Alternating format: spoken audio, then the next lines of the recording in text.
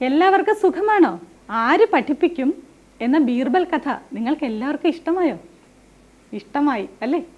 കഴിഞ്ഞ ദിവസം ടീച്ചർ ഏതാനും പ്രവർത്തനങ്ങൾ ചെയ്തു വരാൻ പറഞ്ഞിരുന്നില്ലേ? എന്തൊക്കെയായിരുന്നു അത്? പറയൂ. വായനക്കുറിപ്പ് എഴുതി വരാൻ പറഞ്ഞിരുന്നു അല്ലേ? ഏതെങ്കിലും ഒരു ബീർബൽ കഥ വായിച്ച് വായനക്കുറിപ്പ് എഴുതണമെന്ന് പറഞ്ഞിരുന്നു. എല്ലാവരും എഴുതിയോ? നിങ്ങളിൽ ഒരാൾ എഴുതിയ വായനക്കുറിപ്പ് ടീച്ചറിന് അയച്ചു തന്നിട്ടുണ്ട്. നമുക്കതൊന്ന് കാണാം. നോക്കൂ.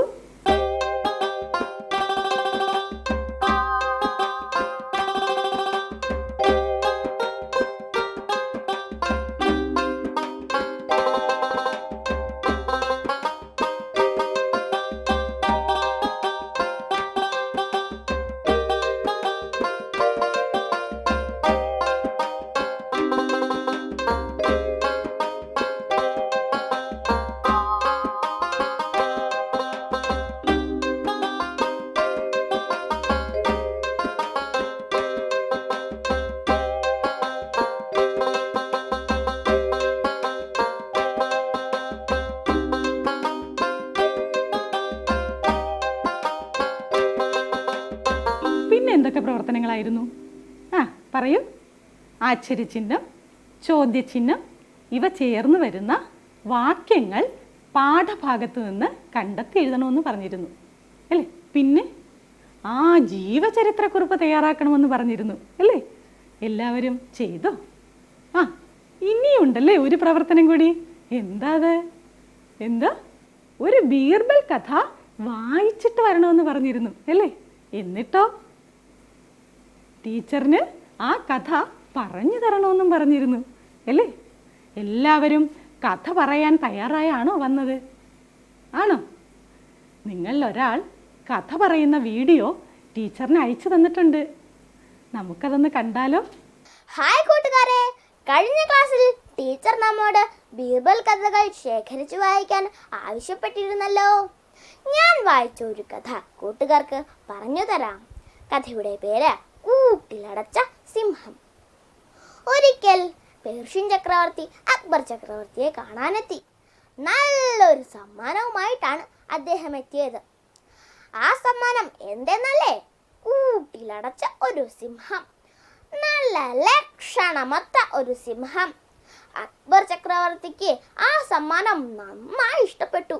അക്ബർ ചക്രവർത്തി പേർഷ്യൻ ചക്രവർത്തിയോട് നന്ദി പറഞ്ഞു. വിരുന്ന് സൽക്കാര വേളയിൽ അക്ബർ ചക്രവർത്തിയോട് പേർഷ്യൻ ചക്രവർത്തി പറഞ്ഞു, അങ്ങയുടെ രാജ്യത്ത് ധാരാളം ബുദ്ധിമാന്മാരുണ്ടെന്ന് നാം കേട്ടിരിക്കുന്നു. അതിൽ ഏതെങ്കിലും ഒരു ബുദ്ധിമാന് കൂട് തുറക്കാതെ തന്നെ നാം കൊണ്ടുവന്ന സിംഹത്തെ പുറത്തിറക്കാൻ കഴിയുമോ? ബീർബലിനെ ഉദ്ദേശിച്ചാണ് പേർഷ്യൻ ചക്രവർത്തി അങ്ങനെ പറഞ്ഞത് എന്ന് അക്ബർ ചക്രവർത്തിക്ക് മനസ്സിലായി. ഞാനൊന്ന് ശ്രമിച്ചു നോക്കട്ടെ പ്രഭോ, ബീർബൽ അനുവാദം ചോദിച്ചു. തീർച്ചയായും ബീർബൽ, താങ്കൾക്ക് അതിന് കഴിയും, അക്ബർ ചക്രവർത്തി പറഞ്ഞു. ബീർബൽ കൂട് തുറക്കാതെ സിംഹത്തെ പുറത്തിറക്കുന്നത് കാണാൻ എല്ലാവരും കാത്തിരുന്നു. ബീർബൽ കൂടിനെയും കൂട്ടിലെ സിംഹത്തെയും നന്നായി നിരീക്ഷിച്ചു. എന്നിട്ട് ഭൃത്യന്മാരോട് മരപ്പിടിയുള്ള 4 ഇരുമ്പ് ദണ്ടുകൾ ചൂടാക്കി കൊണ്ടുവരാൻ ആവശ്യപ്പെട്ടു. അവർ അതുമായി വന്നപ്പോൾ 4 വശത്തു നിന്നും കൂടിനുള്ളിലേക്ക് ആ ഇരുമ്പു ദണ്ടുകൾ കയറ്റി സിംഹത്തെ ആഞ്ഞു കുത്തുവാൻ ബീർബൽ അവരോട് ആവശ്യപ്പെട്ടു. ഭൃത്യന്മാർ ഭയന്നുപോയി. വിറച്ചുകൊണ്ട് അവർ ബീർബൽ പറഞ്ഞതുപോലെ ചെയ്തു. എല്ലാവരും നോക്കി നിൽക്കെ ആ സിംഹം ഉരുകാൻ തുടങ്ങി. അവസാനം അത് മുഴുവനായും ഉരുകി കൂടിനു പുറത്തേക്ക് വന്നു. അത് സത്യത്തിൽ മെഴുകു കൊണ്ടുണ്ടാക്കിയ ഒരു പ്രതിമയായിരുന്നു. ചുറ്റും കരഘോഷം മുഴങ്ങി. അക്ബർ ചക്രവർത്തി എഴുന്നേറ്റ് വന്ന് ബീർബലിനെ കെട്ടിപ്പിടിച്ച് ചുംബിച്ചു. ഇത്രയും ബുദ്ധിമാനായ ഒരു മഹാമന്ത്രിയെ കിട്ടിയതിൽ അക്ബർ ചക്രവർത്തിയെ പേർഷ്യൻ ചക്രവർത്തി അഭിനന്ദിച്ചു. എങ്ങനെയുണ്ട് കൂട്ടുകാരെ കഥ? നിങ്ങൾക്ക് ഇഷ്ടപ്പെട്ടില്ലേ? ബൈ. ഈ മോൻ കഥ നന്നായി പറഞ്ഞു അല്ലേ? നമുക്ക് എല്ലാവർക്കും ചേർന്ന് നല്ലൊരു കൈഡി കൊടുക്കാം. ബീർബൽ കഥകൾ വായിക്കാൻ കിട്ടിയില്ല എന്ന് ചിലർ പരാതി പറയുന്നത് ടീച്ചർ കേട്ടു. വിഷമിക്കണ്ട കേട്ടോ, നമ്മുടെ ഇന്നത്തെ സാഹചര്യം കൊണ്ടല്ലേ സ്കൂൾ തുറന്ന് ക്ലാസ്സിൽ ചെല്ലുമ്പോൾ എല്ലാവർക്കും വായിക്കാം. ഇന്ന് ടീച്ചർ ഒരു പുസ്തകം കാണിച്ചു തരാം. ബീർബൽ കഥകൾ എന്ന ഈ പുസ്തകം പുനരാഖ്യാനം ചെയ്തത് സാഗ ജെയിംസ് ആണ്. 40 കഥകളാണ് ഈ പുസ്തകത്തിലുള്ളത്. ബീർബലിൻ്റെ കൗശലവും ഫലിതവും ബുദ്ധിയും നിറഞ്ഞ ഈ കഥകളെല്ലാം ജീവിതത്തിൻ്റെ മഹത്തായ മൂല്യങ്ങൾ നമുക്ക് കാണിച്ചു തരുന്നു. ചിരിപ്പിക്കുകയും ചിന്തിപ്പിക്കുകയും ചെയ്യുന്ന ഈ കഥകളെല്ലാം നിങ്ങൾക്ക് ഇഷ്ടപ്പെടും എന്ന് ടീച്ചറിന് ഉറപ്പുണ്ട്. നോക്കൂ, ഓരോ കഥയിലും മനോഹരമായ ചിത്രങ്ങളും ഉൾപ്പെടുത്തിയിരിക്കുന്നു. കേരള സംസ്ഥാന ബാലസാഹിത്യ ഇൻസ്റ്റിറ്റ്യൂട്ടാണ് ഈ പുസ്തകം പുറത്തിറക്കിയത്.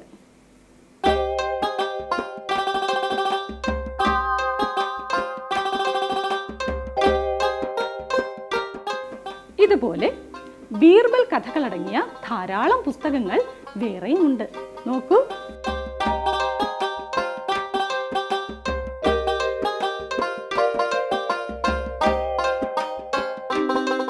ഈ പുസ്തകങ്ങളെല്ലാം നിങ്ങളുടെ സ്കൂൾ ലൈബ്രറിയിലും ക്ലാസ് ലൈബ്രറിയിലും ഒക്കെ കാണും. സ്കൂൾ തുറന്നു ചെന്നാൽ ഇതൊക്കെ വായിക്കണം. എന്നിട്ട് വായനക്കുറിപ്പ് എഴുതുകയും വേണം. ബീർബലിനെ ഏറെ ഇഷ്ടപ്പെടുന്ന, ബീർബൽ കഥകൾ ധാരാളമായി വായിക്കുന്ന ഒരു കുട്ടിയെ ടീച്ചർ നിങ്ങൾക്ക് പരിചയപ്പെടുത്തട്ടെ. കുട്ടിയെ നിങ്ങൾക്കറിയാം. നോക്കൂ, ആരാ അത്? പേര് പറയൂ. അതെ, ഉണ്ണിക്കുട്ടൻ അല്ലേ? പത്തായം എന്ന പാഠത്തിൽ നമ്മൾ പരിചയപ്പെട്ടിട്ടുണ്ട് അല്ലേ? ഉണ്ണി ഒരു നല്ല വായനക്കാരൻ കൂടിയാണ്. ഉണ്ണിയുടെ വീട്ടിൽ ഒരു ഗ്രന്ഥശാലയുമുണ്ട്. ഉണ്ണിയുടെ അച്ഛൻ ഒരു കലാസ്നേഹിയാണ്. എവിടെ കലാപരിപാടികൾ നടക്കുന്നോ അവിടെ എല്ലാം പോകും. കലാപരിപാടികൾ കാണും, ആസ്വദിക്കും. ഉണ്ണിയും കൂടെ പോകും. അന്ന് അവർ പോയത് ഒരു ഉത്സവ പറമ്പിലേക്കാണ്. ഏറെ പ്രചാരമുള്ള ഒരു കലാരൂപമാണ് അന്ന് അവർ കണ്ടത്. നോക്കൂ,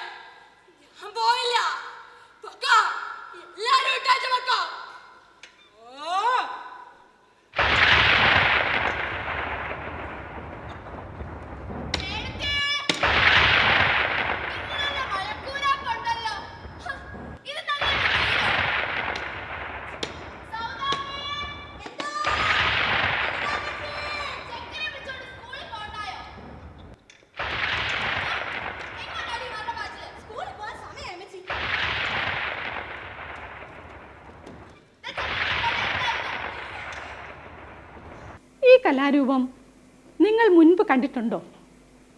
ഉണ്ടല്ലേ? ഏതാ ഈ കലാരൂപം? പേര് പറയൂ. നാടകം.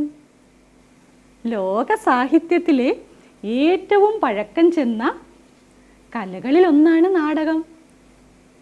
സംഭാഷണവും അഭിനയവും ഒക്കെ ചേർന്ന ഒരു കലാരൂപം.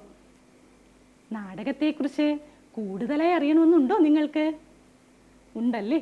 നാടകരംഗത്ത് ഏറെ ശ്രദ്ധിക്കപ്പെട്ട ഒരു നാടക പ്രവർത്തകയും പട്ടാമ്പി പരുതൂർ CEUP സ്കൂളിലെ അധ്യാപികയുമായ ശ്രീമതി ബീന ടീച്ചറുടെ വാക്കുകൾ ശ്രദ്ധിക്കൂ. കൂട്ടുകാർക്കെല്ലാം നമസ്കാരം. നാടകം എന്ന കലയെക്കുറിച്ച് കുറച്ച് കാര്യങ്ങൾ ഞാൻ കൂട്ടുകാരുമായി പങ്കുവയ്ക്കട്ടെ.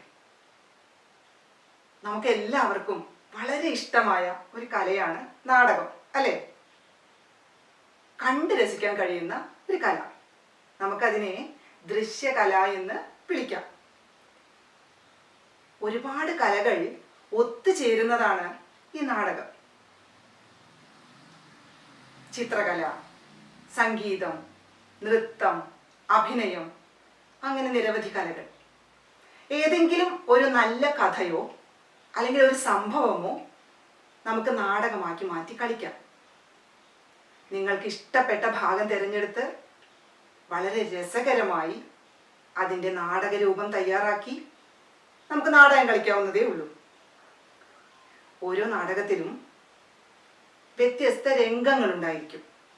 ഓരോ രംഗത്തിലും നമുക്ക് കാണികളോട് ഒരു പ്രധാന കാര്യം പറയാനുണ്ടായിരിക്കും.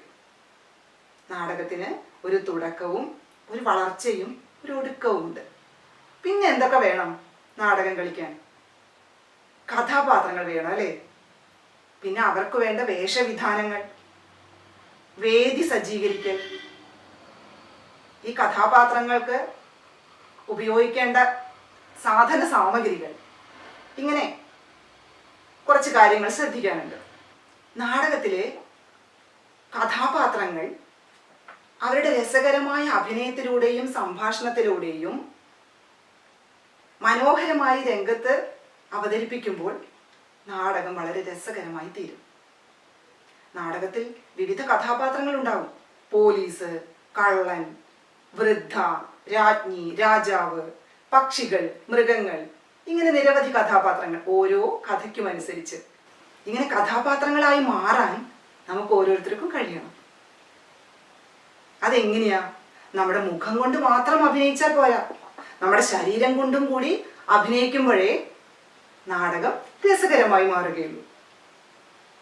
നിങ്ങളെല്ലാം എത്രയോ മുന്നേ നാടകം കളിക്കാൻ തുടങ്ങിയ നല്ല മിടുക്കരായ നടന്മാരാണ് ടീച്ചർക്കറിയാം. ടീച്ചർ എന്താ അങ്ങനെ പറഞ്ഞതെന്നറിയാമോ? നമ്മൾ കുറേ മുന്നേ തന്നെ കുറേ കളികൾ കളിക്കുന്നുണ്ട്. നിങ്ങൾ കളിക്കുന്ന ഓരോ കളിയിലും നാടകമുണ്ട്. നമ്മൾക്ക് വളരെ സന്തോഷത്തോടു കൂടി രസകരമായി കളിക്കാൻ കഴിയുന്ന ഒരു കളി തന്നെയാണ് നാടകമെന്ന് കൂട്ടുകാർ മനസ്സിലാക്കുമല്ലോ.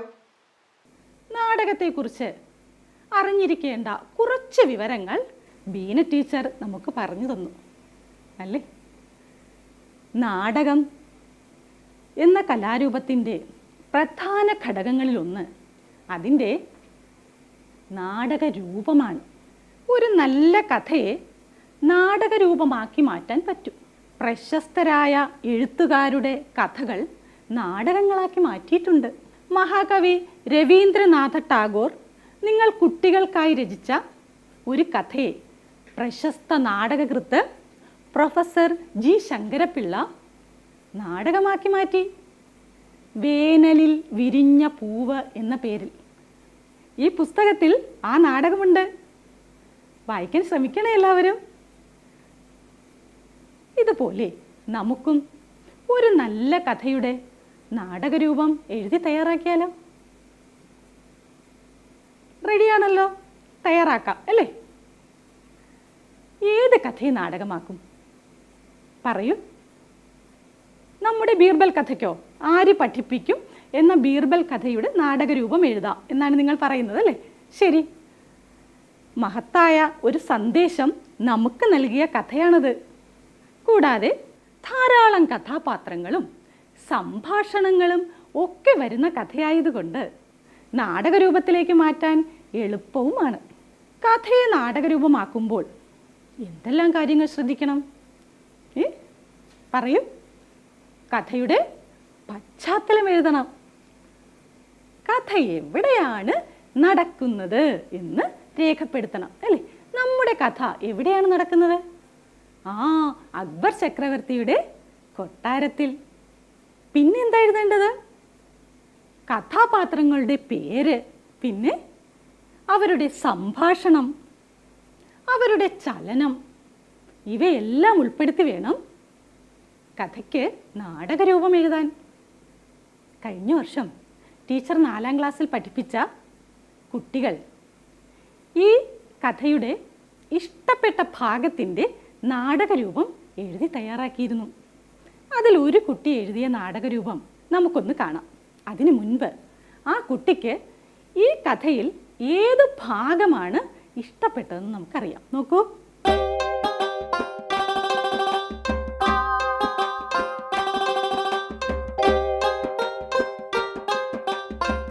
ഈ കഥാഭാഗത്തിനാണ് ആ കുട്ടി നാടകരൂപം എഴുതി തയ്യാറാക്കിയത്.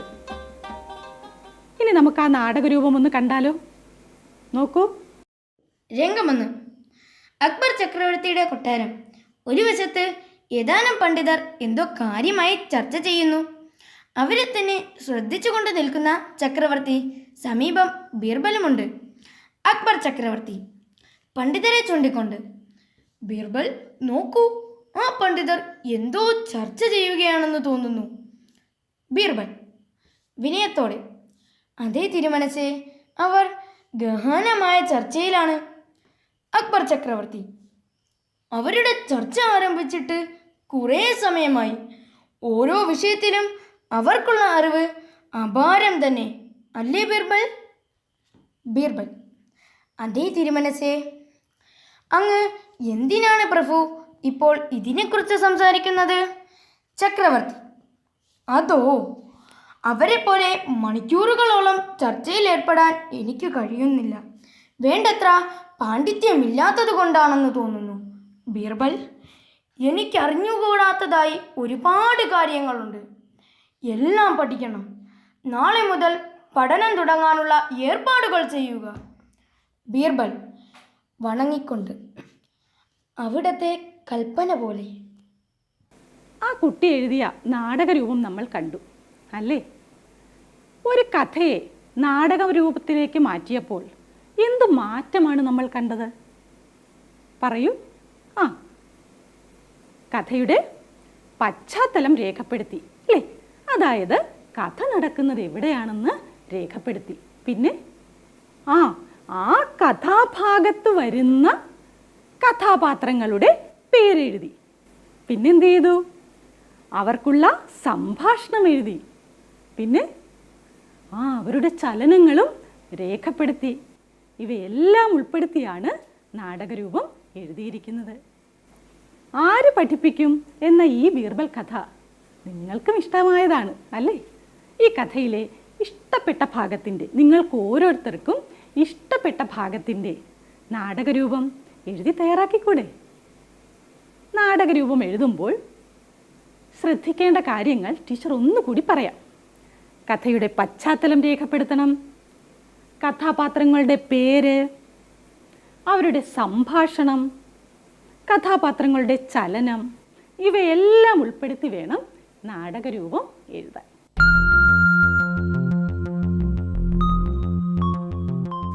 നാടകം കണ്ടു മടങ്ങുന്ന വഴിയുള്ള ഉണ്ണിയുടെയും അച്ഛൻ്റെയും സംഭാഷണം ശ്രദ്ധിക്കൂ. അച്ഛാ, ആദ്യമായാണ് ഉണ്ണി ഒരു നാടകം കാണുന്നത്. ഉണ്ണിക്ക് നാടകം ഒത്തിരി ഇഷ്ടമായി. ആഹാ, ഉണ്ണിക്ക് നാടകം ഇഷ്ടപ്പെടാനുള്ള കാരണം എന്താണ്? അച്ഛാ, ആ നാടകത്തിന് നല്ലൊരു കഥയുണ്ട്. പിന്നെ നാടകത്തിൽ അഭിനയിച്ചവരും കൊള്ളാം. ഉണ്ണിയും അച്ഛനും തമ്മിലുള്ള സംഭാഷണം കേട്ടു, അല്ലേ? ചില പദങ്ങളുടെ ആവർത്തനം വിരസത ഉണ്ടാക്കിയില്ലേ? ഉണ്ടാക്കി, അല്ലേ? ആ പദങ്ങൾക്ക് പകരം മറ്റു ചില പദങ്ങൾ ഉപയോഗിച്ചിരുന്നെങ്കിൽ നന്നാകുമായിരുന്നു എന്ന് തോന്നിയില്ലേ? തോന്നി. ഏതൊക്കെ പദങ്ങളാണ് മാറ്റേണ്ടത്? നോക്കൂ.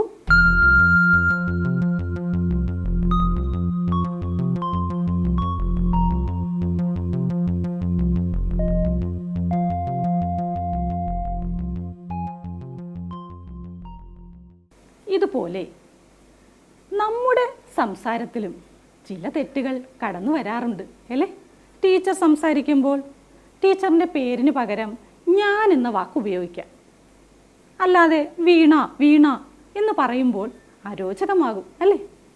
ടീച്ചർ നിങ്ങളോട് സംസാരിക്കുമ്പോൾ ഒരു പ്രാവശ്യം നിങ്ങളുടെ പേര് വിളിക്കും, പിന്നീട് എങ്ങനെ പറയാ?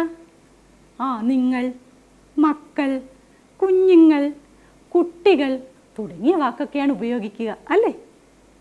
ഇതുപോലെ ഒരാളുടെ പേര്, ഒരു വസ്തുവിൻ്റെ പേര്, ഇവയ്ക്ക് പകരം, ഇവ ആവർത്തിച്ച് പറയുന്നതിന് പകരം ഞാൻ, ഞങ്ങൾ, നമ്മൾ, നീ, നിങ്ങൾ, അവൻ, അവൾ, അവർ, അദ്ദേഹം, ഇവൻ, ഇവൾ, ഇവർ, ഇത്, ഇവ, അത്, അവ തുടങ്ങിയ വാക്കുകൾ ഉപയോഗിക്കാം. നമ്മുടെ പാഠഭാഗത്തിലും ഇതുപോലൊരു പ്രവർത്തനം വരുന്നുണ്ട്. നോക്കൂ, പാഠഭാഗം നന്നായി വായിച്ചതിന് ശേഷം വേണം ഈ പ്രവർത്തനം ചെയ്യേണ്ടത്. മക്കളെ, നിങ്ങൾക്കെല്ലാവർക്കും കവിത കേൾക്കാൻ ഇഷ്ടമാണെന്ന് ടീച്ചറിനറിയാം. ഒരു കവിതയിലെ ഏതാനും വരികൾ നമുക്കൊന്ന് കേട്ടാലോ?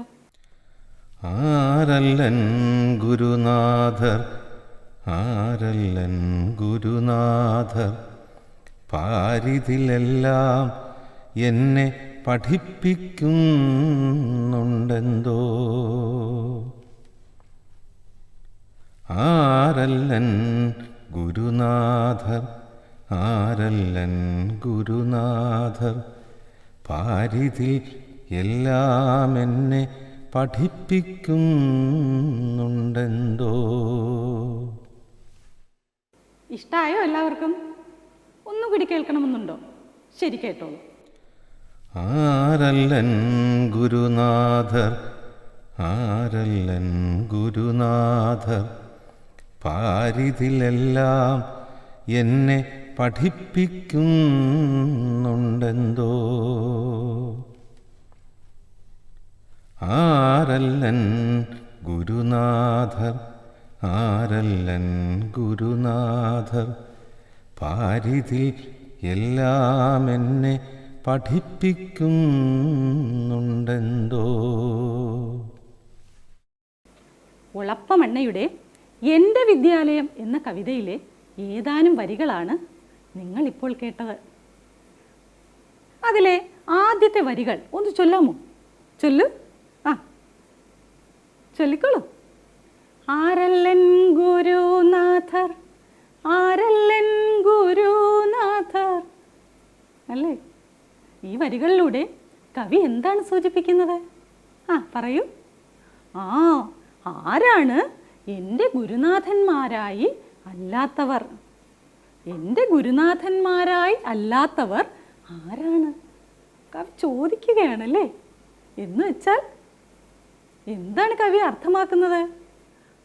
എല്ലാവരും എൻ്റെ ഗുരുനാഥന്മാരാണ് എന്നാണ് കവി പറയുന്നത് അല്ലേ? അടുത്ത വരികൾ ശ്രദ്ധിക്കൂ. ഒന്ന് ചൊല്ലാമോ അടുത്ത വരികൾ? ചൊല്ലു. പാരിതിയിലെല്ലാം എന്നെ പഠിപ്പിക്കുന്നുണ്ടെന്തോ. പാര് എന്ന് പറഞ്ഞാൽ എന്താണ്? ഭൂമി. ഇനി പറയൂ, ആ വരികൾ എന്താണ് സൂചിപ്പിക്കുന്നത്? ഭൂമിയിൽ എല്ലാം എന്നെ എന്തൊക്കെയോ പഠിപ്പിക്കുന്നുണ്ട് അല്ലേ? ഭൂമിയിലുള്ള എല്ലാം എന്ന് പറയുമ്പോൾ കവി എന്തൊക്കെയാണ് അവിടെ ഉദ്ദേശിക്കുന്നത്? പറയൂ. അതെ, ജീവനുള്ളവയും ജീവനില്ലാത്തവയും സർവചരാചരങ്ങളും എന്തൊക്കെയോ പഠിപ്പിക്കുന്നുണ്ട്. ഈ ഭൂമിയിലുള്ള സർവചരാചരങ്ങളും എൻ്റെ ഗുരുനാഥന്മാരാണ് എന്നാണ് കവി ഉദ്ദേശിക്കുന്നത് അല്ലേ? ഈ കവിതയിലെ ആശയവും നമ്മുടെ പാഠഭാഗത്തെ ആശയവുമായി എന്തെങ്കിലും ബന്ധമുണ്ടോ? ഉണ്ടോ? ആ പറയൂ. അതെ, കവിത നൽകുന്ന സന്ദേശവും കഥ നൽകുന്ന സന്ദേശവും ഒന്ന് തന്നെയാണ് അല്ലേ? എന്താ സന്ദേശം എന്ന് പറയൂ. ആ എന്താണ്? ഈ ഭൂമിയിലുള്ളതെല്ലാം നമ്മെ എന്തൊക്കെയോ പഠിപ്പിക്കുന്നുണ്ട്. പിന്നെ ഭൂമിയിൽ ഒന്നും അറിയാത്തവനായും എല്ലാം അറിയുന്നവരായും ആരുമില്ല. എല്ലാവരും ഒരേ സമയം അധ്യാപകനും വിദ്യാർത്ഥിയുമാണ് അല്ലേ? ആര് പഠിപ്പിക്കും എന്ന നമ്മുടെ കഥയിലെ ആശയത്തെ കവിതയിലെ ആശയവുമായി ബന്ധപ്പെടുത്തി ഒരു കുറിപ്പ് തയ്യാറാക്കാമോ? താരതമ്യക്കുറിപ്പ്.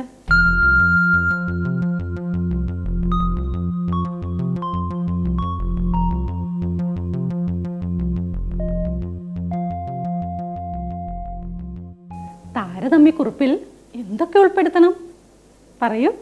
ആ കഥയുടെ ആശയവും കവിതയുടെ ആശയവും ചുരുക്കി എഴുതണം അല്ലേ? പിന്നെ ആശയത്തിൻ്റെ സാമ്യവും വ്യത്യാസവും രേഖപ്പെടുത്തണം. പിന്നെ സ്വന്തം അഭിപ്രായവും രേഖപ്പെടുത്തണം. ഇവയെല്ലാം ഉൾപ്പെടുത്തി വേണം താരതമ്യക്കുറിപ്പ് രേഖപ്പെടുത്താൻ.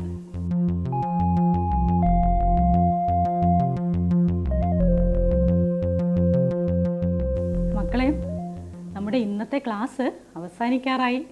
ഇന്ന് നമ്മൾ ഇതുവരെ പഠിച്ചതൊക്കെ ഓർക്കുന്നുണ്ടല്ലോ. അടുത്ത ക്ലാസ്സിൽ ടീച്ചർ എന്തൊക്കെ പ്രവർത്തനങ്ങളാണ് ചെയ്തു വരാൻ പറഞ്ഞിരുന്നത് പറയൂ. ആര് പഠിപ്പിക്കും എന്ന ബീർബൽ കഥയിലെ ഇഷ്ടപ്പെട്ട ഭാഗത്തിൻ്റെ നാടകരൂപം എഴുതാൻ പറഞ്ഞിരുന്നു അല്ലേ? പിന്നെ നമ്മുടെ പാഠഭാഗത്തെ വായിക്കാൻ കണ്ടെത്താം എന്ന പ്രവർത്തനം ചെയ്യണമെന്ന് പറഞ്ഞിരുന്നു അല്ലേ? ഇനിയുമുണ്ടല്ലോ ഒരു പ്രവർത്തനം. എന്താ അത്? പാഠഭാഗത്തെ ആശയവും കവിതയിലെ ആശയവും തമ്മിൽ ബന്ധപ്പെടുത്തി ഒരു കുറിപ്പ് തയ്യാറാക്കണം, താരതമ്യ കുറിപ്പ് തയ്യാറാക്കണമെന്നും പറഞ്ഞിരുന്നു അല്ലേ?